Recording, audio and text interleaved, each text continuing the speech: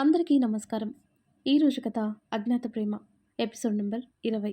ఈ స్టోరీ మీకు నచ్చితే తప్పకుండా లైక్ చేసి మన ఛానల్ని సబ్స్క్రైబ్ చేసుకోండి. ఇక స్టోరీలోకి వెళ్దాం. ఉదయం లేవగానే మాస్టర్ గదికి వివేక్ వెళ్ళటమే ఆలస్యం. ఏం నిర్ణయించుకున్నావు బాబు అని ఆతృతపడ్డాడు. మీరు చెప్పింది బాగానే ఉంది మాస్టరు.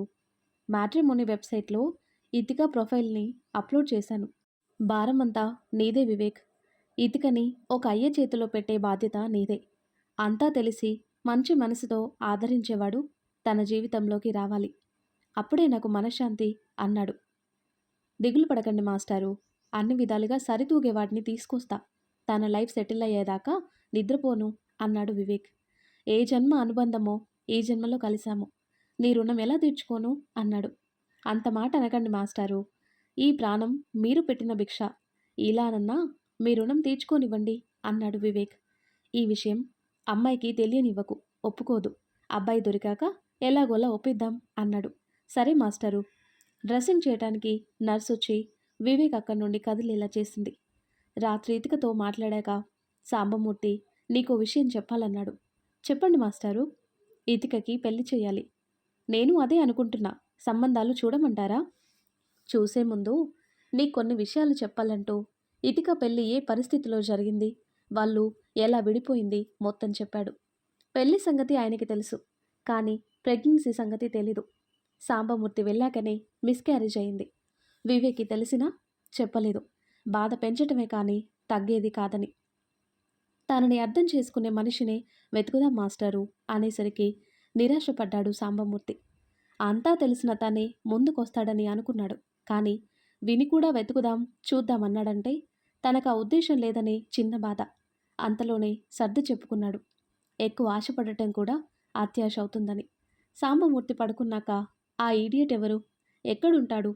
పెళ్లి చేసుకొని 6 నెలలు కాపురం చేసి విడాకులిచ్చిన ప్రబుద్ధుడు వాడెవడో నాకు కనబడాలి, మక్కెలు విరక్కొట్టాలి. అవసరం తీర్చుకొని వదిలేశాడు దుర్మార్గుడు అని తనకి తెలిసిన బండబూతులన్నీ వాడేశాడు. ఆ తర్వాత కట్ చేస్తే పైన సీలింగ్ ఫ్యాన్ గిరాగిరా తిరుగుతూ కనిపించింది. ఈతిక కళ్ళు తెరవగానే తలంతా భారంగా ఫ్యాన్కి తనకి దూరం ఎక్కువ ఉన్నట్టు అనిపించి లేచి కూర్చుంది. బెడ్ మీద ఉండాలి కదా, నేల మీద ఉన్నానేంటి అని లేచి నిలబడితే చీర అడ్డుపడి తమాయించుకుంది. చీరెందుకు కట్టుకున్నా అనుకుంటూ తల విదిల్చింది. పాపకి రాత్రి బాబిచ్చిన ఎఫెక్ట్ చాలా బాగా ఎక్కేసింది. చిప్పు దొబ్బిందనుకుంటా. రాత్రి జరిగింది ఒక్కోటిగా గుర్తుకొచ్చి సెంటర్ టేబుల్ వైపు దృష్టి సారించింది. కేక్ కనబడింది. కోపంగా దాన్ని డస్ట్బిన్లో విసిరేస్తూ దానిపై ఉంది చూసింది. My dear with love, my foot. గాడిద గుడ్డేం కాదని కసిగా డస్ట్బిన్లో వేసింది.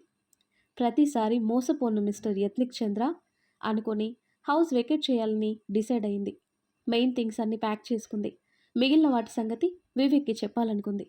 ఫ్రెష్ అయ్యి బ్యాగ్స్ తీసుకుని వెళ్తుంటే అపార్ట్మెంట్ సెక్రటరీ పలకరించాడు. ఏంటమ్మాయి, ఎక్కడికో వెళ్తున్నట్టున్నావు? బ్యాగ్స్ చూసి అడిగాడు. హౌస్ షిఫ్ట్ అవుతున్నా అని చెప్పింది. ఏంటి ఇంత సడన్గా, ఎనీ ప్రాబ్లం? ప్రాబ్లం ఏం లేదు. మరెందుకు వెకేట్? బంధువులు ఇక్కడికి షిఫ్ట్ అయ్యారు, అందుకే 2 రోజుల్లో మనుషులు వచ్చి క్లీన్ చేస్తారు అని చెప్పింది. ఓకేనమ్మా. మీ ఓనర్కి ఇన్ఫామ్ చేశావా?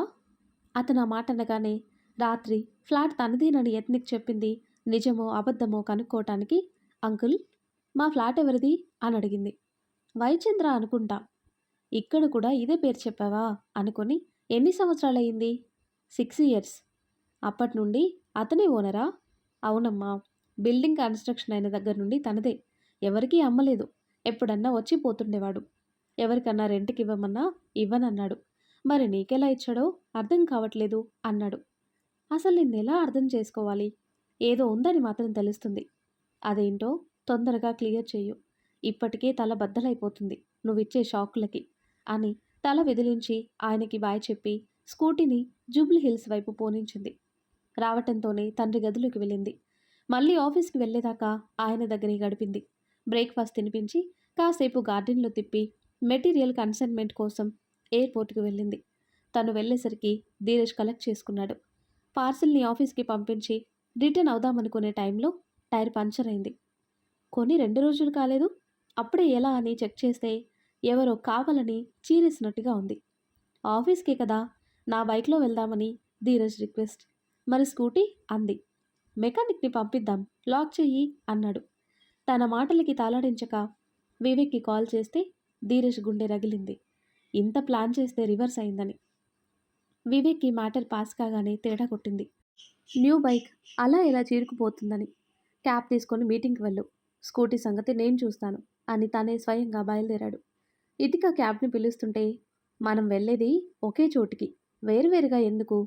నీ బైక్ ఉంటే అది వేరే విషయం, పొల్యూషన్ తొక్క తోలు అంటూ ఎలాగోలా తన బైక్ ఎక్కేలా చేశాడు ధీరజ్.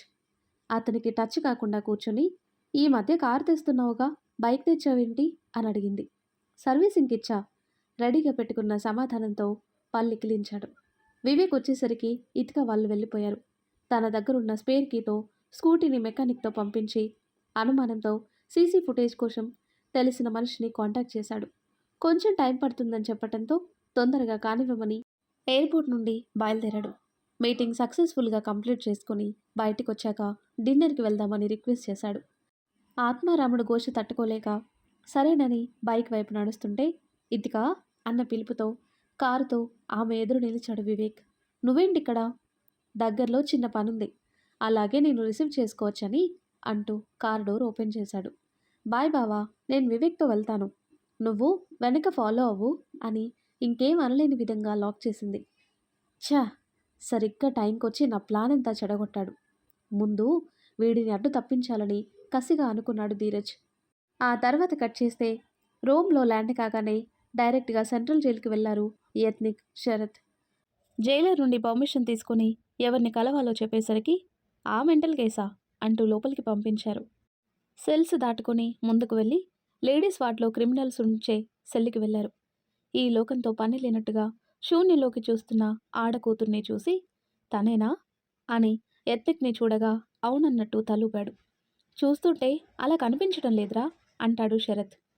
చూడటానికి మాత్రమే ఇన్నోసెంట్, చేతలు మాత్రం వైలెంట్.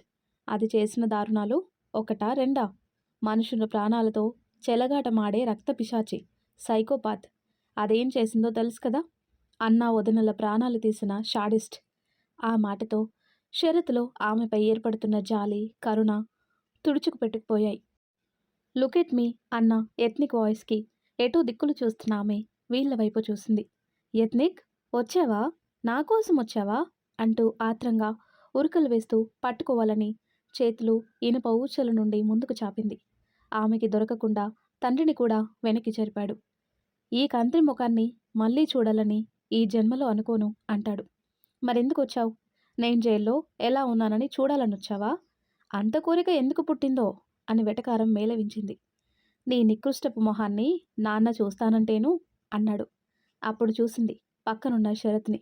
హో, మామగారా, నన్ను చూడటానికొచ్చారా అని జుట్టు సరిచేసుకొని మొహం తుడుచుకుంది. నాటకాలాపు ప్రియా అని కొట్టినంత పని చేశాడు యత్నిక్. అంత అవసరం ఉందా యత్నిక్? మామయ్య ముందు నటిస్తానా? ఎప్పటికైనా నీ భార్యనే కదా, ఆయన్ని గౌరవించాలి అంటూ 2 చేతులు జోడించి, నమస్తే మామయ్య, మొదటిసారి నన్ను చూడటానికొస్తే మర్యాద చేయలేకపోతున్నా, క్షమించండి. ఇది నా ఇల్లు కాదు, గవర్నమెంట్ వాళ్ళది. ఇక్కడ నా మాట చెల్లదు. తొందరలోనే బయటికి తెస్తాడు మీ అబ్బాయి, అప్పుడు చూడండి నా మర్యాదలు. చాలు బాబోయ్ అనేదాకా ఉక్కిరి బిక్కిరి చేస్తాను. నన్ను ఆశీర్వదించండి మావయ్య అంటూ కాళ్ళందకపోయినా కిందికి వంగి నేలని తాకింది. చాలించు నీ ప్రగల్భాలు అని శరత్ చెయ్యి చూపి నెమ్మదిగా చెప్పినా చెల్లుమని కొట్టినట్టుగా టక్కున లేచింది. నువ్వెలాంటి దానివో మాటలతో చేతులతో తెలిసిపోతుంది. ఇంత మానసిక చంచలత్వం, వికలత్వం ఉన్న అమ్మాయిని ఇంతవరకు చూడలేదు. నీ క్రిమినల్ రికార్డ్ చెప్తుంటే నమ్మలా. తనకు చెందాల్సిన ప్రేమ ఇంకో ఆడపిల్లకు దక్కిందనే ఆవేశంలో చేశావేమో అనుకున్నా. నిన్ను, నీ ప్రవర్తన చూశాక నీది ఆవేశం కాదు, స్పృహలో ఉండి బాగా ఆలోచించి చేసిన కుట్రని అర్థమవుతుంది. You are mentally sick. జైలు గోడలే నీకు కరెక్ట్ అంటూ ద్వేషాన్ని కళ్ళల్లో చూపించారు శరత్. ఏయ్, ఏంటి తెగ నోర్లేస్తుంది? మంచిగా ఉంటే ఉండనివరా? ఏంటి ఈ లోకం? నన్ను అర్థం చేసుకోదు, నా పనులు అర్థం చేసుకోదు. మర్యాద ఇస్తే తీసుకోవటం రాదు. నా చేత మర్యాదలు చేయించుకునే అదృష్టం మీకు లేనట్టుంది. So bad. It's okay, take it easy Priya అని తనకి తానే జబ్బచరుచుకొని ఓదార్పిచ్చుకుంది. మామూలుగా ఉన్న కళ్ళని ఒక్కసారిగా విప్పార్పి, నేనింతే. నన్ను ఇరిటేట్ చేస్తే ఏం జరుగుతుందో నీ కొడుకు అనుభవపూర్వకంగా తెలుసుకున్నాడు. తను కోరుకున్నదేవి దక్కకుండా దూరం చేశా. కాదు కూడదని అడ్డుపడినా నీ పెద్ద కొడుకు కోడలని ఈ భూమిపై లేకుండా చేశా. ఇప్పుడు నా కోరిక తీర్చకపోతే నీకెన్ని దారుణాలు జరుగుతాయో తెలీదు. విడుదల చేయించకపోతే నీ కొడుకు ఆరో ప్రాణాన్ని గాలిలో కల్పేస్తా అని కళ్ళు వికృతంగా చేసి అరచేతిలో గోళ్ళు దిగబడేలా గుచ్చుకొని కసిగా ఎత్నిక్ వైపు చేయి చాసి, ఇలాగే నీ వాళ్ళ రక్తం ఏరులై పారుతుందని వికృతంగా పడి పడి నవ్వింది. తన సాడిస్ట్ బిహేవియర్కి శరత్ ఖిన్నుడయ్యాడు. అసలు నువ్వు మనిషివా, మృగానివా? తండ్రిని కోల్పోయిన ఆడపిల్లవని జాలిపడే అర్హత కోల్పోయావు. నీ వికృత చేష్టలతో బెదరగొట్టాలని చూడకు. ఇక్కడ భయపడేవాళ్ళు ఎవరూ లేరు అన్నాడు. కరుడు గట్టిన తీవ్రవాదుల కన్నా నువ్వు చాలా డేంజర్. నీలాంటి దానికి భూమిపై బ్రతికే అర్హత లేదు. కోర్టు విధించిన శిక్ష సరిపోదు. ఏమన్నావు? నిన్ను బయటికి తీసుకురాకపోతే నా కొడుకు మనశ్శాంతిని చెడగొడతావా? నేనుండగా అది జరిగే పనేనా? ఇంతకాలం ఒంటరిగా పోరాడాడు. ఇక నుండి వాడొక్కడు కాదు, ఇద్దరు. ఏదైనా నన్ను దాటుకొని నా కొడుకుని చేరాలని ఆవేశంలో విచక్షణ కోల్పోకుండా సమన్వయం పాటించాడు శరత్. తండ్రి మాట్లాడుతుంటే తనయుడు మౌనం దాల్చాడు. శృతి మించితే కలగజేసుకోవాలని. నిన్ను విడుదల చేయించటం అంటావా? అది ఈ జన్మలో జరగదు. నీకు పడిన శిక్ష ఇంకా 2 ఏళ్లుంది. ఆ తర్వాత కూడా నువ్వు బయటికి రానివ్వనని ఛాలెంజ్ చేశాడు. అంత దమ్ముందా అని ఊచలని గట్టిగా పట్టుకొని, ఏం చేస్తావు? ఇక్కడ కాప్స్ కరప్టెడ్ కాదు, సిన్సియర్.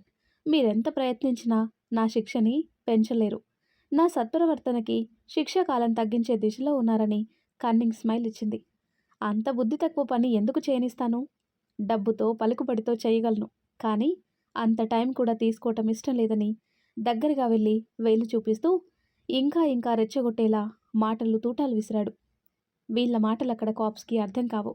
ఆ ధైర్యంతోనే ప్రియ పెద్దగా అరవకుండా ఆయన మాటలకి లోలోన రగులుతూ చాలా కంట్రోల్ చేసుకుంది.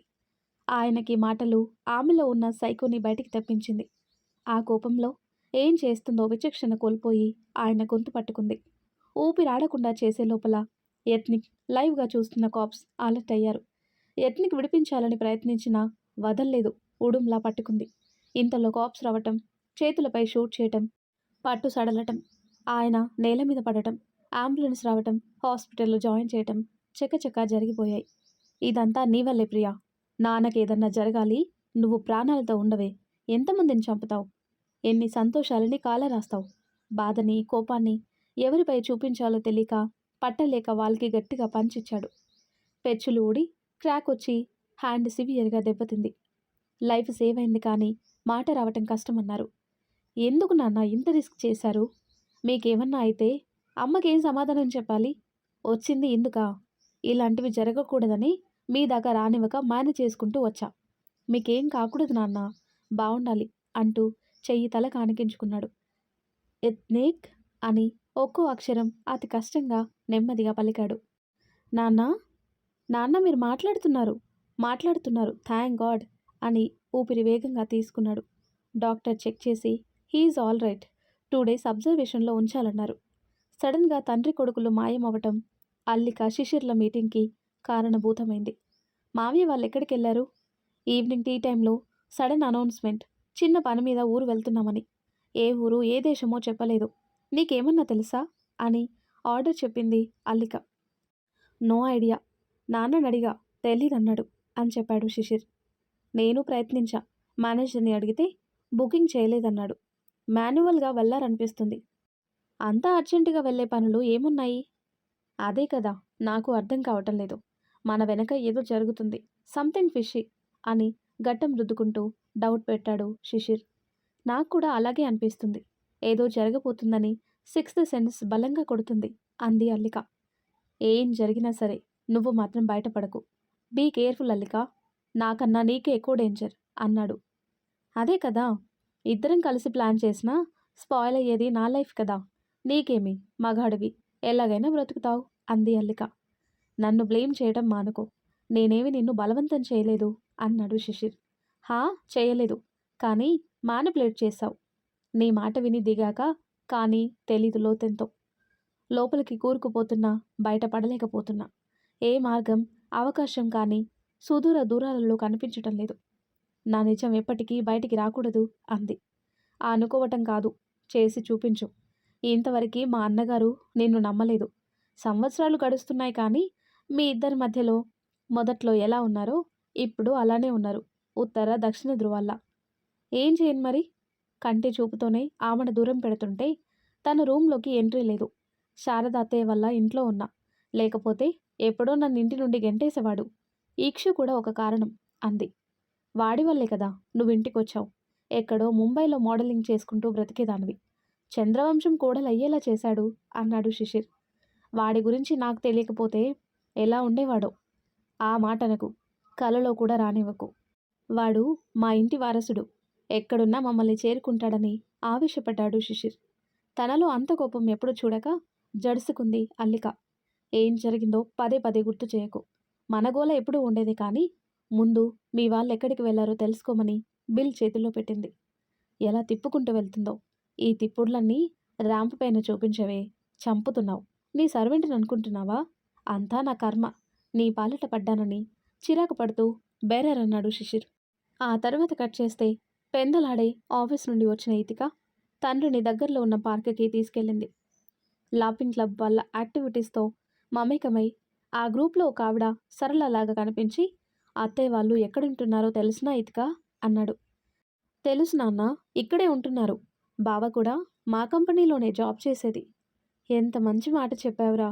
నన్ను ఒకసారి తీసుకెళ్ళరా? మీరు వెళ్ళటం కాదు, అత్తనే నీ దగ్గరికి తీసుకొస్తాను. మీరు కనబడ్డారని వార్త అత్తకి చెప్పలేదు. సర్ప్రైజ్ ఇద్దామని. ఎప్పుడు తీసుకొస్తావురా? రేపు నాన్న, ఆఫీస్ నుండి వస్తూ తీసుకొస్తాను అంది. ఆ మాత్రానికి ఆయన గుండె సంతోషంతో నిండిపోయింది. ఎన్ని మనస్పర్ధలు ఉన్నా ఆ సమయంలో గుర్తుకు రాలేదు. అవసర సమయంలో దగ్గర లేదన్న బాధ లేదు. ప్రాణాపాయ స్థితిలో ఉన్న ఇతికకి తోడు రాలేదనే చింత లేదు. చెడులో అక్కరికి రాని మనిషిపై అంత అభిమానం ఎందుకో.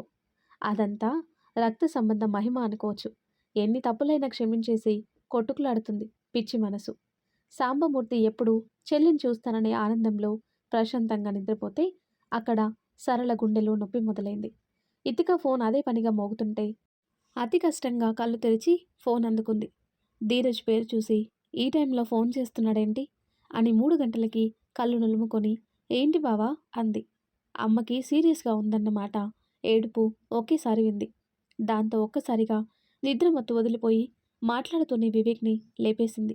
మాస్టర్కి సీరియస్ అనుకొని టెన్షన్తో తలుపు తీసిన వివేక్కి ఇతిక కంగారుగా తొందరగా హాస్పిటల్కి వెళ్ళాలి వివేక్ అంటూ తొందర పెట్టేసింది. మాస్టర్కి అన్నాడు. నాన్నకేం కాలేదు. అత్తకి సీరియస్గా ఉందన్నాక వివేక్ స్థిమితపడి నైట్ డ్రెస్లోనే హాస్పిటల్కి వెళ్ళాడు. కంటిన్యూస్ ఫోన్ మాట్లాడుతూనే ఉంది ఇతిక. హాస్పిటల్ ఎంట్రన్స్లోనే ధీరజ్ ఎదురొచ్చి ఇతిక అమ్మ అంటూ మీద పడిపోయాడు. బాధలో ఉన్నాడని ఏమనక దూరం జరిపి అత్తకేం కాదు బావా, డాక్టర్లు ఏమంటున్నారు అని నడుస్తూ మాట్లాడుతూనే ఉంది.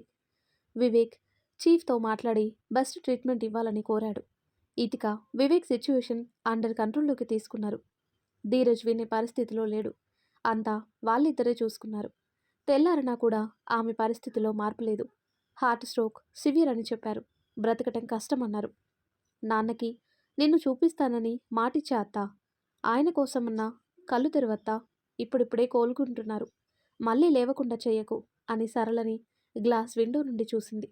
తండ్రికి ఎలా చెప్పాలో తెలియక తనలో తాను నలిగిపోయింది.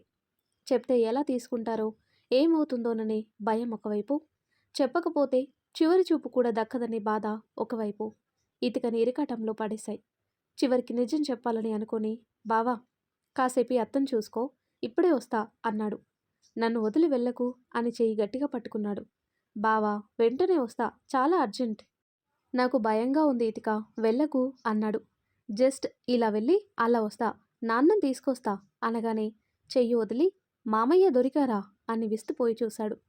దొరికారు బావా, అదంతా పెద్ద కథ, తర్వాత చెప్తాను, నన్ను వెళ్ళనివ్వు అంది.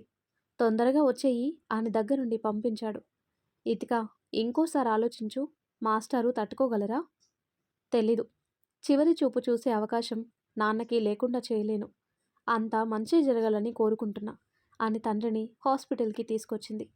దారిలో ఆయన్ని మానసికంగా సిద్ధం చేశాడు వివేక్. చెల్లిని తిరుగుతూ చూడాలి అనుకున్న ఆయనకి నిర్జీవంగా బెడ్డుపై ఉన్న చెల్లెల్ని చూశాక ఆయన కళ్ళు ఆగకుండా వర్షిస్తున్నాయి.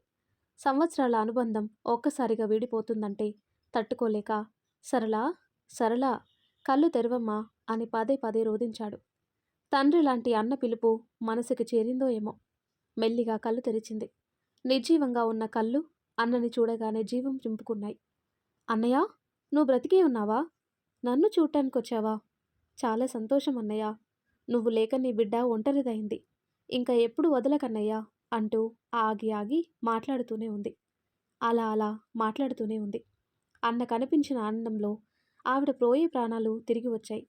అన్న చెల్లెళ్ళు చేతులు కలిసే ఉన్నాయి. సర్జరీకి తీసుకెళ్తూ చేతులు విడదీసి తీసుకెళ్తుంటే ప్రాణం విలవిల్లాడింది సాంబమూర్తికి.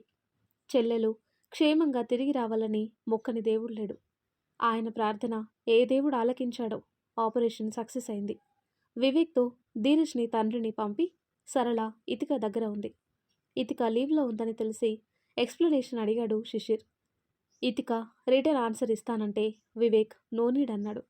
ఇతిక నుండి ఆన్సర్ రాలేదని శిశిర్ మండిపడుతుంటే నేను పర్మిషన్ ఇచ్చా, ఎనీ అబ్జెక్షన్ అంటూ తన అధికారాన్ని చూపించాడు వివేక్. అతని యాటిట్యూడ్కి ఒళ్ళు మండుతున్నా ఏమనలేని పరిస్థితి శిశిర్ది. వివేక్ ప్రతిదానిలో అజమాయిషీ చేస్తుంటే లోపల ఉడికిపోతూ ఆ కోపాన్ని ఎవరి మీద చూపించలేక అల్లికపై చూపించాడు. ముందు అరిచినా తర్వాత తగ్గాల్సిందే అల్లిక నోటివాటానికి.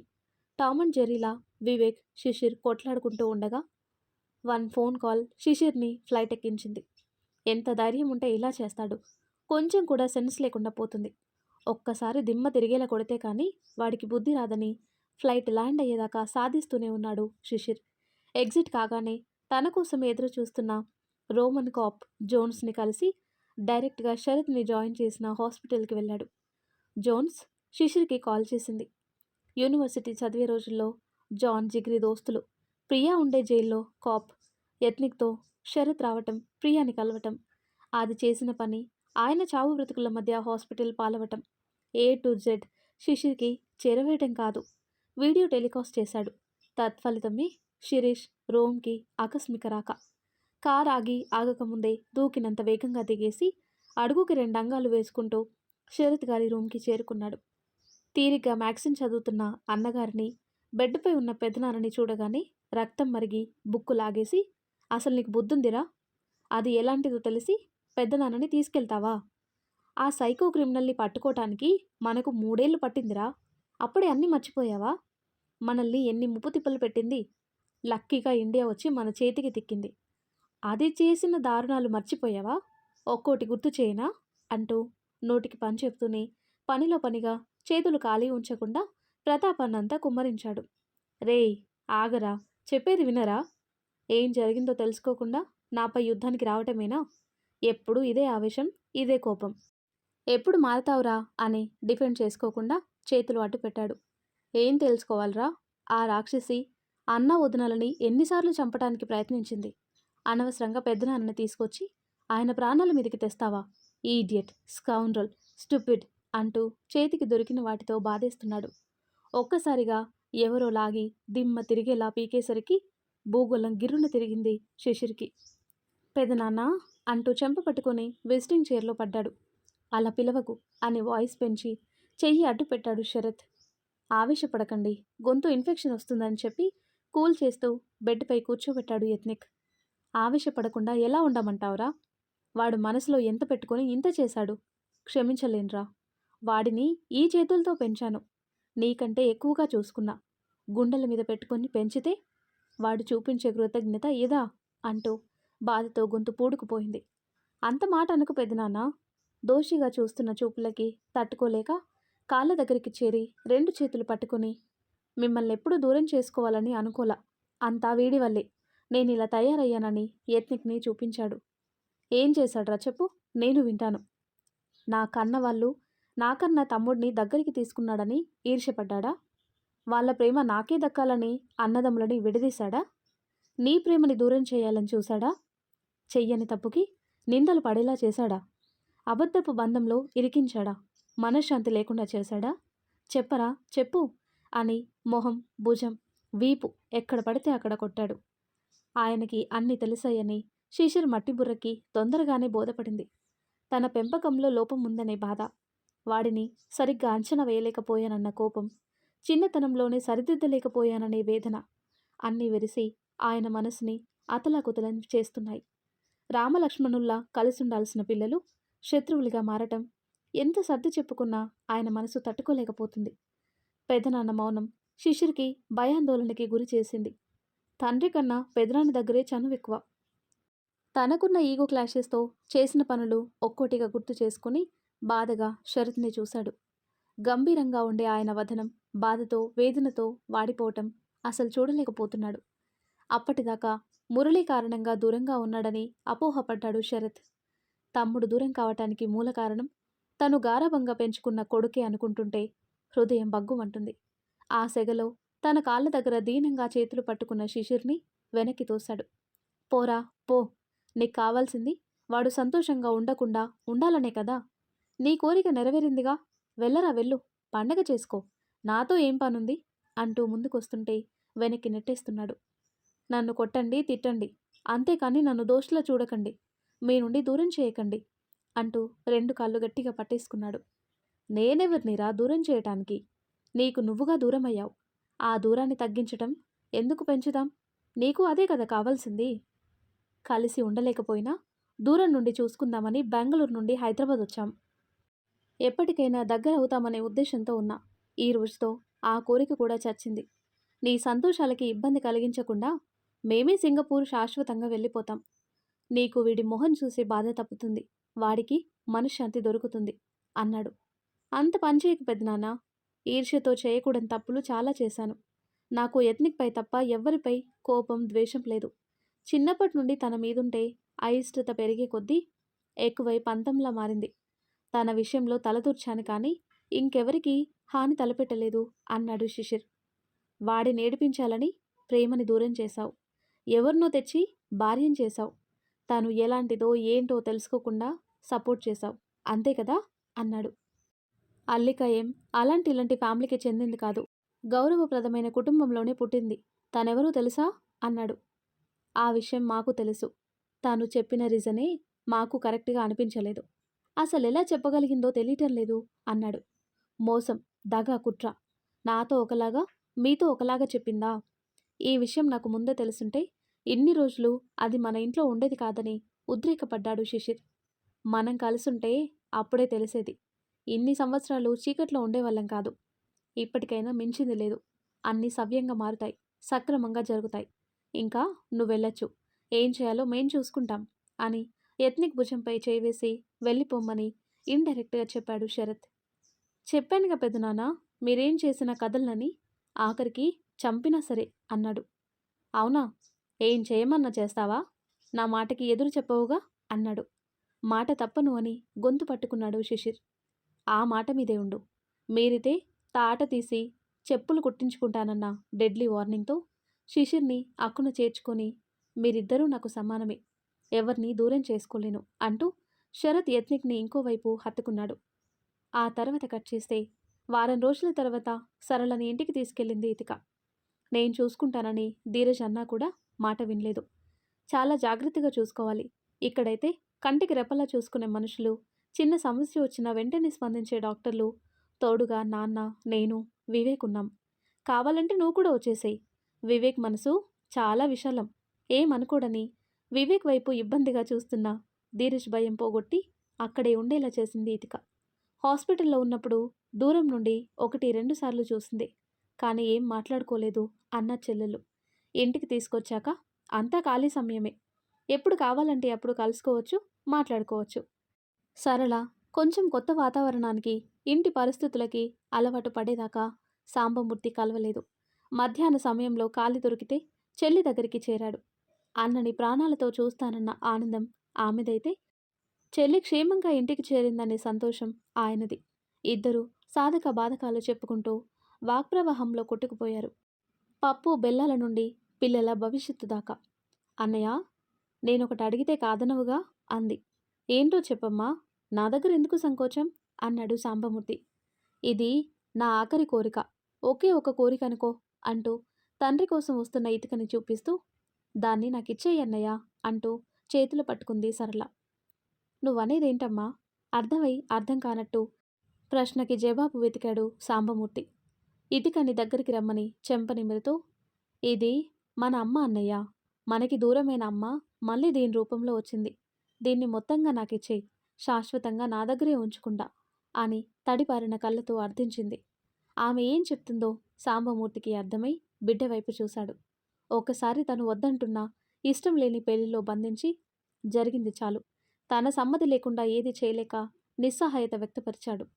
తను అడగగానే ఒప్పేసుకుంటాడని ఆశపడిన సరళ తన వైపే ఆశగా చూస్తున్న కొడుకు కనిపించి ధైర్యం చేసింది. అన్న నుండి సమాధానం రాదని డైరెక్ట్గా ఇతికని అడిగేసింది ధీరజ్ని పెళ్లి చేసుకోమని. కొంచెం నిరాశపడ్డ మొహంలో కనబడనివ్వక, అత్తా, నువ్వు అడిగింది చేయలేను అని చాలా నెమ్మదిగా చెప్పినా స్పష్టంగా చెప్పింది. వాడు చాలా మారిపోయాడమ్మా అని కొడుకుని చూస్తే అప్పుడు తిరిగాయి తండ్రి కూతుర్ల తలలు. గుమ్మం పక్కగా వాల్కి ఆనుకొనున్నాడు ధీరజ్. ఇతిక మాటకి లెగ్స్ క్రాస్ చేసి హ్యాండ్స్ ఫోల్డ్ చేసిన వాడు చేతులు కాళ్ళు 2 పొజిషన్ మార్చుకుని నిలుకుపోయాడు. అక్కడ ధీరజ్ని ఎక్స్పెక్ట్ చేయక షాక్ అయిన ఇతిక వెంటనే తేరుకొని, అత్త, బావ మారాడనో మారలేదనో కాదత్తా. నాకు మొదటి నుండి బావని పెళ్లి చేసుకునే ఉద్దేశం లేదు. ఇప్పుడు కూడా లేదు. బావ పెళ్లి చూడాలంటే మంచి అమ్మాయిని చూసి నేనే పెళ్లి చేస్తా. ఈ విషయంలో ఇంకో మాట లేదని కుండ బద్దలు కొట్టినట్టు చెప్పేసింది. సాంబమూర్తి ముందే ఊహించటంతో ముభావంగా సరళ తన కోరిక జన్మలో తీరదనే వ్యధలో ఉంటే ధీరజ్ టోటల్గా బ్లాంక్ అయ్యాడు. ఇతిక నుండి ఇలాంటి రియాక్షన్ వస్తుందని అసలు ఊహించలేదు. తల్లి కోసమైనా ఒప్పుకుంటుందనే భ్రమలో జీవించాడు. ఇప్పుడు కాదు కూడదంటే మొదటికే మోసం వస్తుందని ఎక్కువగా ఆలోచించకితిగా. అమ్మ పాతకాలం నాటి మనిషి. మనసులో ఏది దాచుకోదు. నీకెలా నచ్చితే అలా చెయ్యి, ఫోర్స్ ఏం లేదు అని తల్లి కాళ్ళ దగ్గర కూర్చొని ఒడిలో తల పెట్టుకున్నాడు. మొన్న తాగి వచ్చి పిచ్చి పిచ్చిగా ప్రవర్తిస్తే మారలేదనే ఉదయాన్నే దొబ్బులు పెట్టింది సరళ. ఏం చేయనమ్మా, మారానంటే ఎవ్వరూ నమ్మటం లేదు. అందుకే పాత జీవితానికి వెళ్తున్నా. నాకు ఇదిగా కావాలమ్మా. అది ఉంటే మళ్ళీ ఇలాంటి పిచ్చి పనులు చేయనమ్మా అంటూ వెలుగుతున్న స్టవ్ మీద చేయి పెట్టాడు. సరళ తేరుకొని స్టవ్ ఆఫ్ చేసింది. కొడుకు మార్పు శాశ్వతం కావాలంటే ఇదిగా నా కోడలు కావాలని బలంగా అనుకుంది పిచ్చి తల్లి. నా తండ్రి ఎంత మారిపోయాడోనని, అందర్నీ అర్థం చేసుకుంటాడని మురిసింది సరళ. ఇష్టం లేదు అనగానే గొడవ చేయకుండా బుద్ధిగా ఉన్నాడని ఈ మార్పు ఎక్కడికి పోతుందో అనుకుంటుంది. సాంబమూర్తికి మెడిసిన్ తీసుకుని వచ్చిన వివేక్ అంతా విన్నాడు. ఇతికకి ధీరజ్ కరెక్ట్ కాదనే అభిప్రాయాన్ని ఆమె కూడా బలపరచటంతో మనసు తేలికపడి, ఇద్దరూ ఇక్కడే ఉన్నారు కాబట్టి చెప్పేస్తున్నా అంటూ లోపలికొచ్చాడు. ధీరజ్ని వద్దన్నావు. నేను తెచ్చిన సంబంధం నువ్వు కాదనలేవు అని డీటెయిల్స్ చెప్తుంటే ఇతిక కళ్ళప్పగించింది. ఆర్ యూ సీరియస్ అని ఇతిక ఇంట్రెస్ట్ చూపటం అందరికీ ఆశ్చర్యాన్ని కలిగించింది. వివేక్ కూడా షాక్ అవుతూ, తనని మీట్ అవుతావా అన్నాడు. వై నాట్, రేపే మీటింగ్ అరేంజ్ చెయ్యి అని నవ్వుతూ చెప్పేసరికి అందరూ ట్రాన్స్లోకి వెళ్లారు. సాంబమూర్తి మొహంలో ఆనందం, సరళ మొహంలో బాధ, ధీరజ్ మొహం బ్లాంక్. అసలు పెళ్ళే వద్దన్న మనిషి హఠాత్తుగా పెళ్లి చూపులకి సిద్ధమవటం అతనెవరో తెలుసుకోవాలని తెగ గింజుకున్నాడు ధీరజ్. అబ్బాయి ఎవరో వివేక్ చెప్పబోతే సాంబమూర్తి వద్దన్నాడు. నీకు తెలుసు కదా, అది చాలు. మంచి చెడులు అన్నీ తెలిసిన వాడివి, పొరపాటు పడవు. అమ్మాయి కలిసి నచ్చిందని చెప్పాక అప్పుడు చూద్దాం. ఇది ఒక ఫార్మాలిటీ, అన్నీ నువ్వే చూసుకో అంటూ భారమంతా వివేక్ భుజస్కంధాలపై వేశాడు సాంబమూర్తి. అతనెవరో తెలుస్తుందని ఉబలాటపడ్డ ధీరజ్కి ఇక్కడ కూడా దెబ్బ తగిలి మంచితనం ముసుగు తొలగిపోకుండా లోలోన రగులుతూ పైకి నవ్వులు చిందించాడు. వివేక్కి అతనెవరో తెలీదు. మ్యాట్రిమోని సైట్ వాళ్ళు పంపించారు. పెళ్లికి ఒప్పుకోదని గట్టిగా అనుకున్న వివేక్ కూడా షాక్ ఇచ్చింది. వాళ్ళు మ్యాచ్ పంపగానే ఇతికతో ఎలా చెప్పాలని తనకలాడుతూ వచ్చేసరికి పెళ్లి మాటలు వింటూ పరాకులో సంబంధం అనేశాడు. అతని ఉద్దేశం క్లయింట్ అని చెప్పి మీటింగ్ అరేంజ్ చేయాలని. సంబంధం అన్నాక ఇతిక ఎలా రియాక్ట్ అవుతుందో అనుకుంటే దానికి విరుద్ధంగా జరగటం సంథింగ్ ఫిషీగా తోచింది. ఫోన్ మాట్లాడి వచ్చిన తనలో ఎలాంటి మార్పు లేకపోతే మాస్టారు నచ్చి చెప్పుంటారని వివేక్ అనుకుంటే అతను ఒప్పించాడని సాంబమూర్తి అనుకున్నాడు. వీళ్ళెవరికి ఇతిక అంతు చిక్కని ఫజిల్. మ్యాట్రిమోని సైట్ వాళ్ళతో మాట్లాడి డేట్ ఫిక్స్ చేసి ఇతికకి ఇన్ఫార్మ్ చేశాడు Vivek. Okay, I will go there on time అని తండ్రి వైపు చూసింది. చాలా సంతోషం అన్నట్టు కళ్ళార్పాడు. మరి ఆ తర్వాత ఏం జరుగుతుందో, ఇతికకొచ్చిన సంబంధం ఎవరిదో నెక్స్ట్ వీడియోలో తెలుసుకుందాం. ఎంతో ఇంట్రెస్టింగ్‌గా ఉండే ఈ స్టోరీ నెక్స్ట్ పార్ట్స్ కోసం ఈ వీడియో లైక్ చేసి మన ఛానల్‌ని తప్పకుండా సబ్స్క్రైబ్ చేయండి. Thanks for watching.